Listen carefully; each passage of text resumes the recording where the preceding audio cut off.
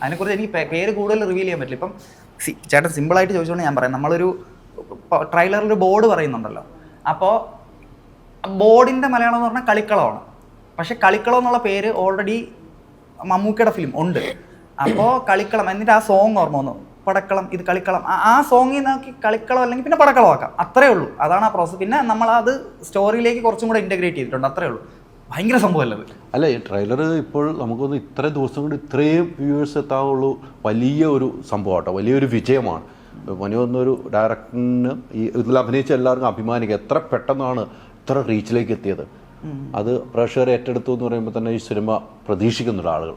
ആ പ്രതീക്ഷയ്ക്കൊത്തും ഈ സിനിമ വിജയിക്കട്ടെ എന്നാണ് നമ്മൾ ആഗ്രഹിക്കുന്നത്. ഉറപ്പായിട്ടും ഈ പറഞ്ഞതുപോലെ ഇവരെല്ലാവരും പല രീതിക്കാണ് ഇവരുടെ സംസാരത്തിൽ നിന്ന് നമുക്ക് മനസ്സിലാവും. അപ്പോൾ നിങ്ങൾ ആ കോളേജിലുള്ള ചില സമയത്ത് ഷൂട്ടില്ലാത്ത സമയത്ത് ഇരിക്കുമ്പോൾ നിങ്ങളിൽ രസകരമായ കുറേ സംഭവങ്ങൾ ഉണ്ടായിരിക്കുമല്ലോ, നിങ്ങൾ സംസാരിക്കുന്നത്. അങ്ങനെ എന്തെങ്കിലും ഓർമ്മ വരുന്നുണ്ടോ ഇവർ പറഞ്ഞ കാര്യങ്ങൾ? അവിടെ മുഖത്ത് നോക്കുക, ഇവിടെയാണ് എന്തോ പ്രശ്നം ഉണ്ടാക്കുന്നത്.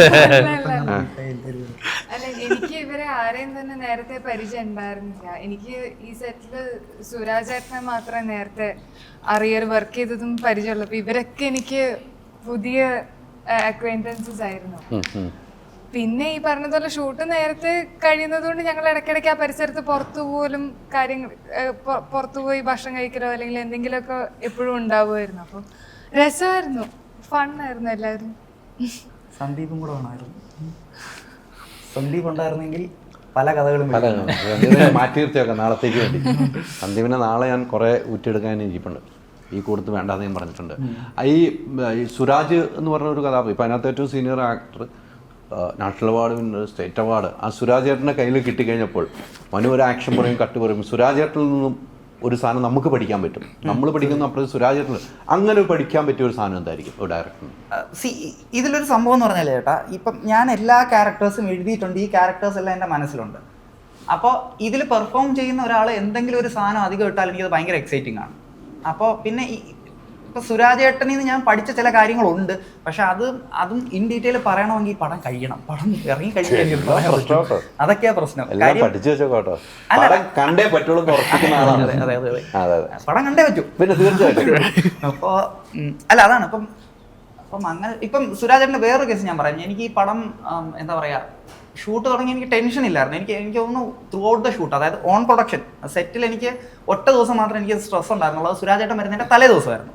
അതായത് അതുവരെ നമ്മൾ ബാക്കി ഇവരെയും ഷറഫിക്കയും വെച്ചിട്ട് 12 ദിവസം ഷൂട്ട് ചെയ്തിട്ട് 13ാമത്തെ ദിവസമാണ് സുരാജ് ഏട്ടൻ ഫസ്റ്റ് ഷെഡ്യൂളിൽ ആദ്യം ജോയിൻ ചെയ്യുന്നത്. അപ്പോൾ കാര്യം എനിക്ക് അന്ന് തലേ ദിവസം കിടന്നുറങ്ങിയപ്പോൾ നല്ല ടെൻഷൻ ഉണ്ടായിരുന്നു. ഇവരെല്ലാവരും സിങ്കായി, നമ്മുടെ വർക്ക് പാറ്റേൺ, വർക്ക് സ്റ്റൈലുമായിട്ട് ഇവരെല്ലാവരും അഡാപ്റ്റഡ് ആയി.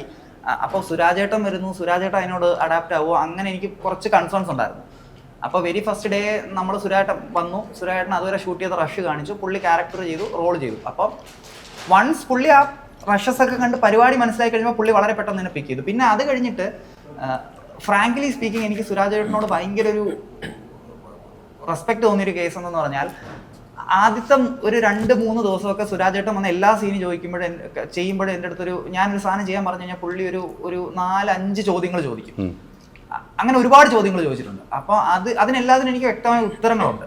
അപ്പോൾ ഈ പ്രോസസ്സ് കഴിഞ്ഞിട്ട് 3ാമത്തെ ദിവസം കഴിഞ്ഞപ്പോൾ സുരാജേട്ടൻ എന്ന് പറഞ്ഞു, ഇനി നീ പറ, ഞാൻ അഭിനയിക്കാം, ഞാൻ നിന്നെ വിശ്വസിച്ച് അഭിനയിക്കുകയാണ്. അങ്ങനെ പുള്ളി ആ ഒരു ഫുൾ സാധനം എനിക്ക് തന്നു. അത് എന്നെ സംബന്ധിച്ച് ലോട്ടറി അടിച്ചത് തന്നെയാണ്.